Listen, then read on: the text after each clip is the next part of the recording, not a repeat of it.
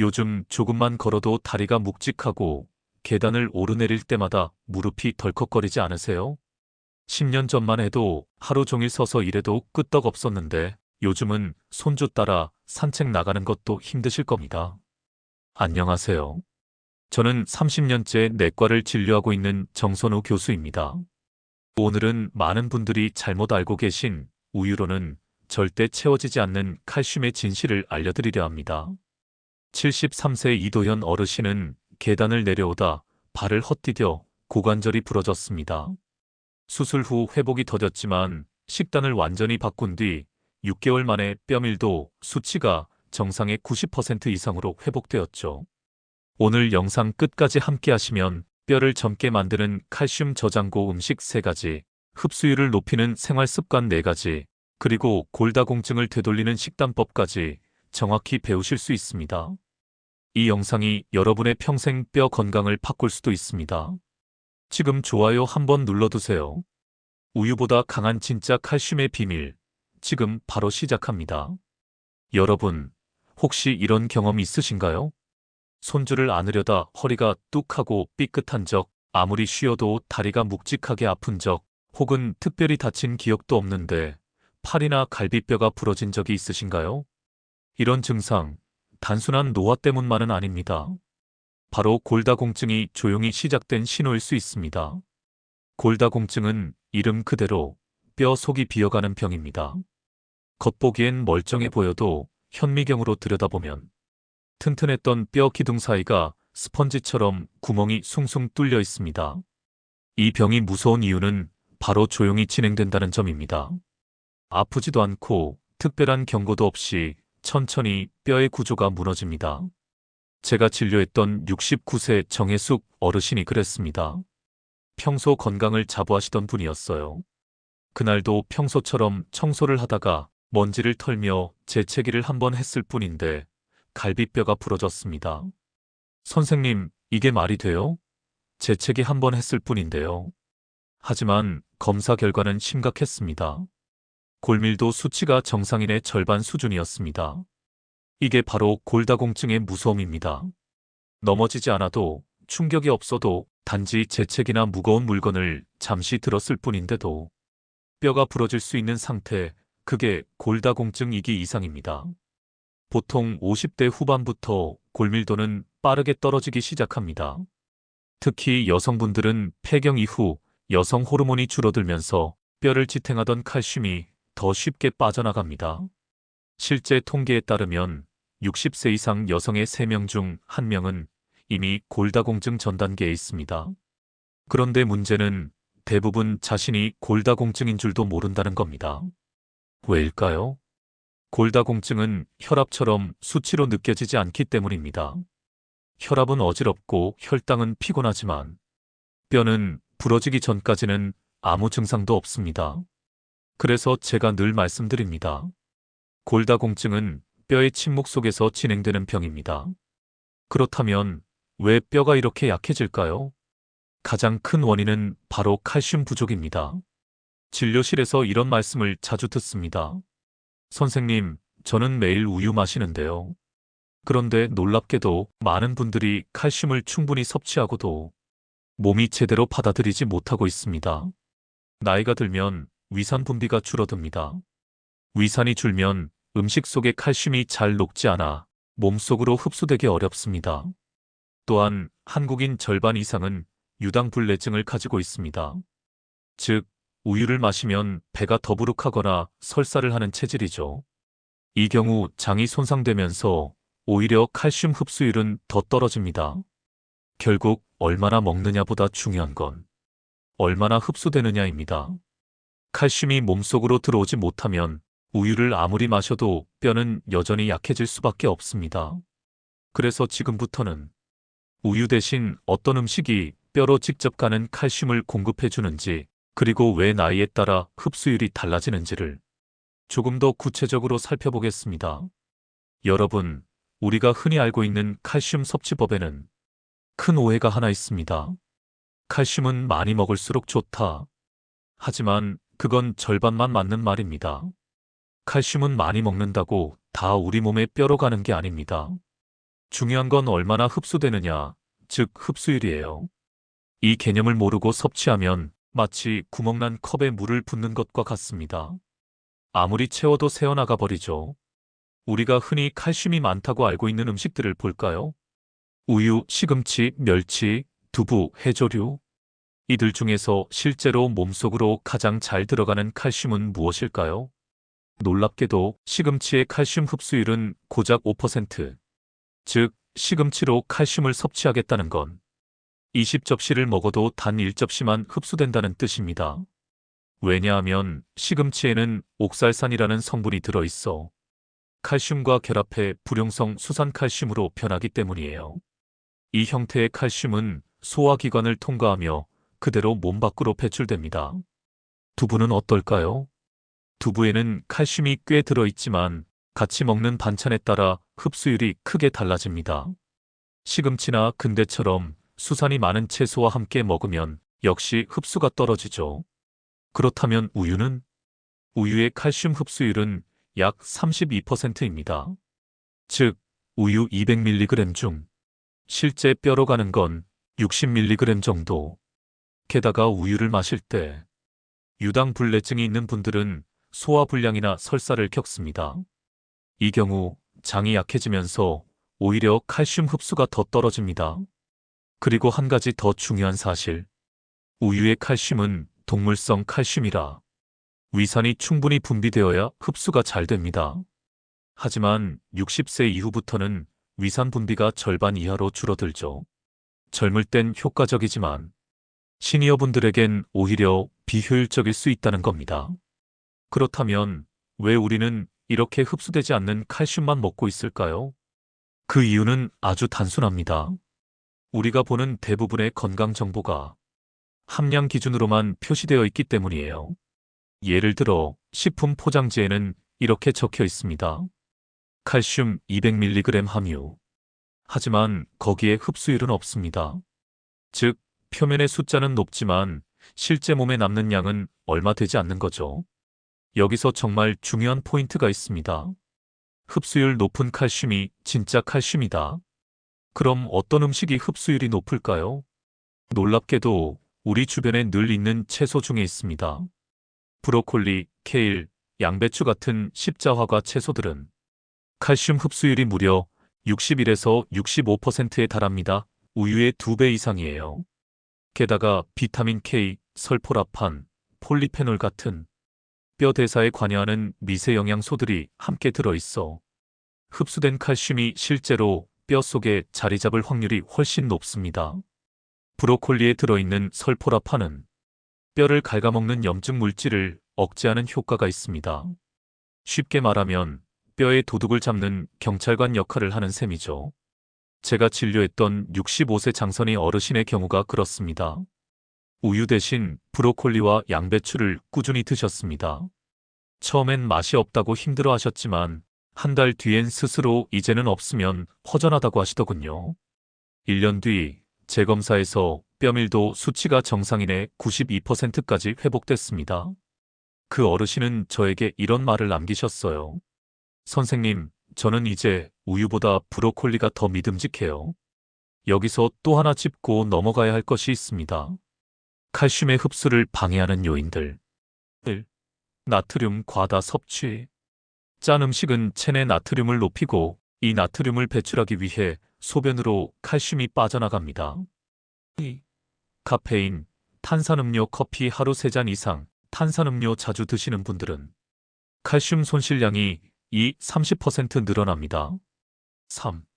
알코올과 흡연술은 비타민 D 대사를 방해하고 담배는 조골세포의 활동을 억제합니다.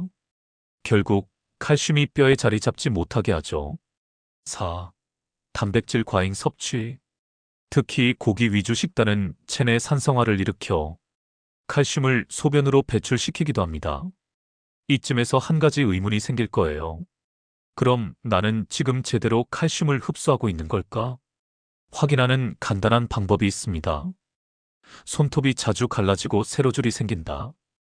밤에 종아리에 쥐가 자주 난다. 잇몸이 약해지고 치아가 흔들린다. 쉽게 피로하고 머리카락이 가늘어진다. 이 중 두 가지 이상 해당된다면 흡수되지 않는 칼슘 부족이 진행 중일 가능성이 높습니다. 결국 칼슘 건강의 핵심은 얼마나 많이 먹느냐가 아니라 얼마나 제대로 흡수되느냐입니다. 이제 정말 중요한 이야기를 드릴게요. 많은 분들이 우유만 잘 마시면 칼슘은 충분하다고 믿습니다. 하지만 그건 절반의 진실입니다. 칼슘은 얼마나 먹느냐보다 얼마나 흡수되느냐가 더 중요하거든요. 그래서 오늘은 제가 35년 동안 환자분들과 함께하면서 직접 효과를 본 진짜 뼈에 도움이 되는 음식 3가지를 알려드리겠습니다. 첫 번째, 브로콜리. 우유보다 2배 더 잘 흡수되는 칼슘. 많은 분들이 브로콜리를 다이어트 채소로만 알고 계시죠? 하지만 브로콜리에는 우유 못지않은 칼슘이 들어 있습니다. 그리고 더 놀라운 건 흡수율이 우유의 2배나 된다는 사실이에요. 우유를 마시면 칼슘의 약 30%만 흡수되지만 브로콜리는 60% 이상이 몸에 흡수됩니다. 즉, 같은 양을 먹어도 효과는 2배 이상이라는 뜻이죠. 저는 브로콜리를 뼈의 천연 보호막이라고 부릅니다. 그 안에는 설포라판이라는 성분이 있어 몸속 염증을 줄이고 뼈에서 빠져나가는 칼슘을 붙잡아줍니다. 진료실에서 만난 65세 이정화 어르신이 계셨습니다. 골다공증 진단을 받고 난 뒤 매일 저녁에 브로콜리를 데쳐 드셨죠. 처음엔 맛이 없어요 하셨지만 올리브 오일에 마늘을 살짝 볶아 드시니 금세 익숙해지셨습니다. 1년 뒤 검사에서 뼈 밀도가 10% 증가했어요. 의학적으로도 매우 드문 결과였습니다. 브로콜리는 하루에 4송이 정도 한 끼 반찬으로 드시면 충분합니다. 단, 갑상선 기능이 약하신 분은 매일 과량 섭취는 피하셔야 해요. 일주일에 3번 정도가 가장 이상적입니다. 두 번째는 뱅어포입니다. 우유보다 10배나 많은 칼슘이 들어있죠. 작은 생선 2장이면 우유 한 컵보다 더 많은 칼슘을 섭취할 수 있습니다. 뱅어포의 진짜 장점은 오메가3 지방산입니다. 이 성분이 염증을 줄이고 뼈를 만드는 세포의 활동을 촉진합니다. 쉽게 말해 뼈 속의 건설 노동자를 도와주는 역할을 하는 거죠. 제가 진료했던 70세 김재수 어르신은 매일 아침 뱅어포 2장을 구워 드셨습니다. 처음엔 그냥 반찬으로 드시다가 나중엔 잘게 썰어 밥에 넣어 드셨죠. 6개월 뒤 골밀도 수치가 뚜렷하게 올랐습니다. 뱅어포에는 타우린이라는 성분도 풍부합니다. 이건 근육과 심장을 지켜주는 조용한 조력자예요. 그래서 뼈만 튼튼해지는 게 아니라 몸 전체의 균형이 잡히죠. 다만 주의할 점도 있습니다. 뱅어포나 멸치에는 퓨린이 많습니다. 통풍이 있거나 요산 수치가 높으신 분은 하루에 2장 반찬용 정도만 드시면 충분합니다. 세 번째는 두부입니다. 두부는 칼슘뿐 아니라 단백질도 풍부해서 뼈의 기둥과 벽을 동시에 세워주는 식품이에요. 특히 식물성 칼슘이어서 체내 흡수가 서서히 오랫동안 지속됩니다. 그래서 두부를 저녁에 드시면 밤새 뼈 속으로 칼슘이 천천히 스며듭니다. 63세 김은자 어르신은 고관절 골절 수술 후 뼈가 잘 붙지 않아 고생하셨습니다. 그런데 두부 반모를 하루도 거르지 않고 챙겨 드셨더니 3개월 만에 회복 속도가 눈에 띄게 빨라졌어요. 두부에는 이소플라본이 들어있어 여성 호르몬과 비슷한 작용을 합니다. 특히 폐경 이후 여성에게는 뼈 손실을 막아주는 든든한 친구죠. 주의하실 점은 있습니다. 시금치와 함께 드시면 안 됩니다. 시금치의 옥살산이 두부의 칼슘과 결합해 수산칼슘을 만들어 버리거든요. 이건 흡수를 막을 뿐 아니라 결석을 유발할 수 있습니다. 대신 브로콜리나 당근과 함께 드시면 아주 좋아요.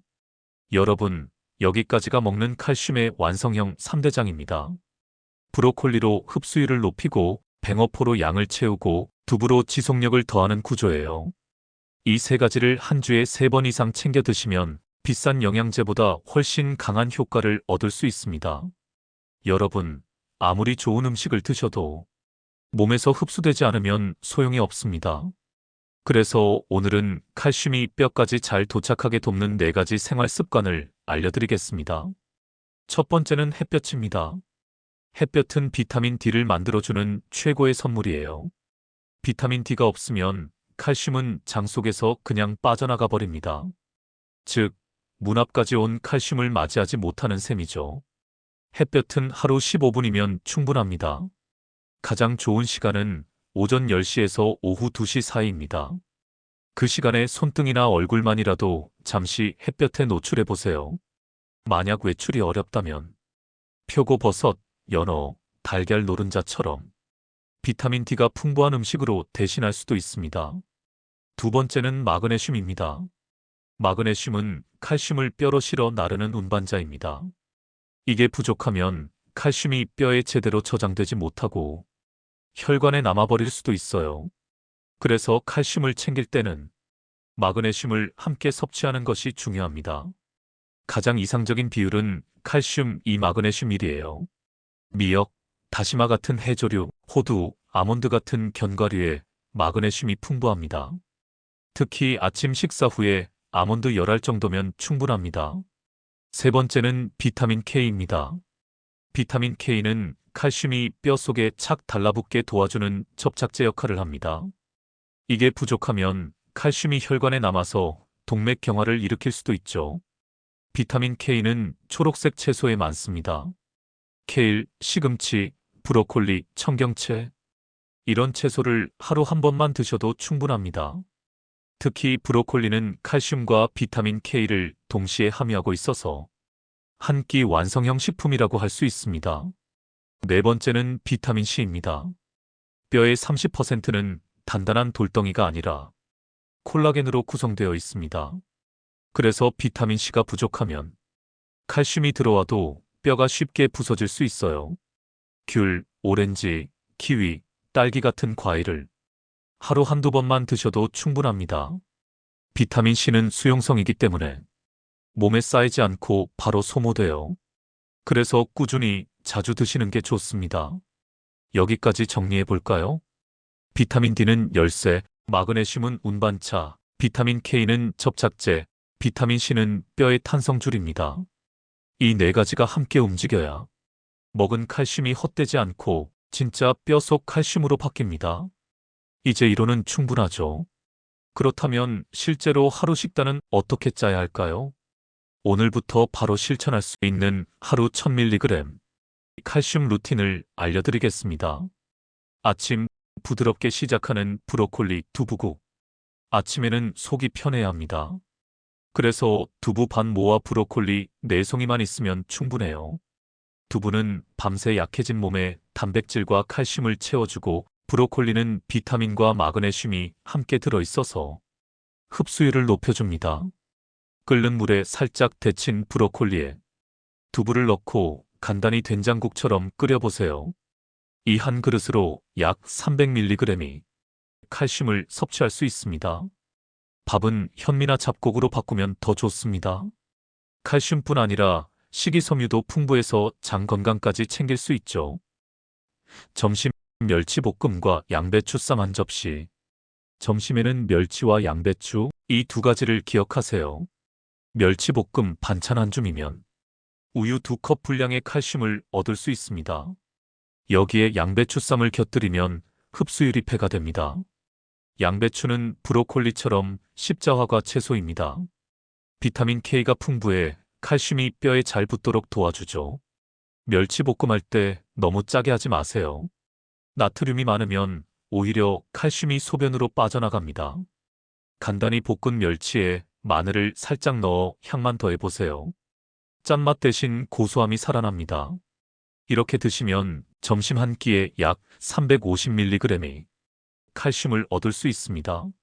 저녁 미역무침과 구운 뱅어포. 저녁에는 가벼우면서 흡수율 높은 식단이 좋습니다. 미역과 뱅어포, 이 조합이 아주 훌륭해요.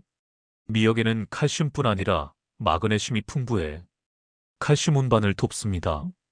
뱅어포 2장을 구워 미역무침과 함께 드시면 칼슘 약 300mg, 하루 섭취 목표의 3분의 1을 채울 수 있습니다. 여기에 두부조림을 조금 곁들이면 금상첨화입니다. 칼슘과 단백질, 이소플라본이 한 끼에 모두 들어있죠. 간식 작지만 강한 칼슘 보충. 간식도 뼈 건강의 일부입니다. 식사 사이사이에 칼슘이 떨어지지 않도록 작은 보충이 필요하죠. 유당불내증이 없다면 저지방 요구르트 한 컵이 좋습니다. 칼슘과 비타민 D가 함께 들어있어 흡수율이 높습니다. 우유가 부담스럽다면 아몬드 열알, 말린 무화과 두세 개를 드세요. 작은 양이지만 칼슘, 마그네슘, 섬유질까지 고루 들어있습니다. 이렇게 하루를 보내면 아침 300mg, 점심 350mg, 저녁 300mg, 간식 100mg, 합치면 약 1000mg이 칼슘이 됩니다. 이건 영양제가 아닌 식탁에서 완성되는 처방식입니다. 무리하지 않아도 꾸준히 유지하면 2달 후부터 몸이 달라지는 걸 느끼실 거예요. 손톱이 덜 부러지고 무릎이 시큰거리는 횟수가 줄고 밤에 종아리가 쥐나는 일이 거의 사라집니다. 꼭 기억하세요. 칼슘은 한 번에 많이 먹는 것보다 나누어서 자주 먹는 게 훨씬 효율적입니다. 우리 몸은 한 번에 500mg 이상을 흡수하지 못하거든요. 그래서 아침, 점심, 저녁으로 나눠 드시고 가능하면 햇볕을 잠깐이라도 쬐어주세요. 그게 약보다 강력한 자연의 흡수제입니다. 여러분, 뼈는 한번 약해지면 끝이라고 생각하기 쉽습니다. 하지만 아닙니다. 뼈는 살아있는 조직이에요. 매일 조금씩 부서지고 또 매일 새로 만들어집니다. 그래서 포기하지 않는 한 회복의 길은 언제나 열려 있습니다. 한 어르신의 변화. 73세 박정분 어르신은 2해 전만 해도 걷기가 힘들어 외출을 거의 하지 않으셨습니다. 조금만 걸어도 무릎이 시큰거리고 밤에는 종아리에 쥐가 자주 났죠. 검사 결과 골밀도가 정상의 절반 수준이었습니다. 하지만 그날 이후 매일 실천을 시작하셨습니다.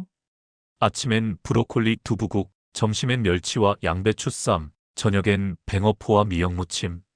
이 단순한 루틴을 꾸준히 이어가신 겁니다. 6개월 후 뼈밀도는 눈에 띄게 올라갔고 무엇보다 다시 걷기 시작하셨어요. 지팡이 대신 손주 손을 잡고 공원 산책을 나가셨죠. 그때 어르신이 하신 말씀이 아직도 기억납니다. 이 나이에 좋아질 줄 몰랐어요. 먹는 게 약이고 마음이 약이더라고요. 뼈 건강, 결국은 생활의 힘. 맞습니다. 뼈 건강은 하루아침에 만들어지지 않습니다. 하지만 하루하루의 습관이 모이면 분명히 결과가 달라집니다. 브로콜리, 두부, 멸치 한 접시가 그저 반찬이 아니라 미래의 골절 예방약이 되는 거예요. 그리고 너무 늦었다고 생각하지 마세요. 70세, 80세 이후에도 뼈는 여전히 스스로를 재생시킬 수 있습니다. 우리가 해야 할 일은 단 하나, 매일 조금씩 도와주는 것입니다. 여러분, 뼈는 몸의 기둥입니다. 기둥이 무너지면 집 전체가 흔들리죠. 그러니 제일 먼저 지켜야 할 곳은 바로 뼈입니다. 오늘부터 단 한 가지라도 바꿔보세요. 식탁 위에 브로콜리를 올리고 저녁 반찬으로 두부를 챙기고 햇볕 아래 15분만 걸어보세요. 그 작은 변화가 내일의 걷는 힘이 됩니다. 혹시 비슷한 고민을 겪고 계신가요? 댓글로 여러분의 이야기를 들려주세요. 다른 분들의 경험이 또 누군가에게 큰 힘이 됩니다. 그리고 이 영상이 도움이 되셨다면 좋아요와 구독 부탁드립니다. 여러분의 작은 손길이 누군가의 건강한 내일을 만드는 시작이 됩니다. 오늘도 당신의 하루가 튼튼한 뼈처럼 단단하고 따뜻하길 바랍니다. 감사합니다.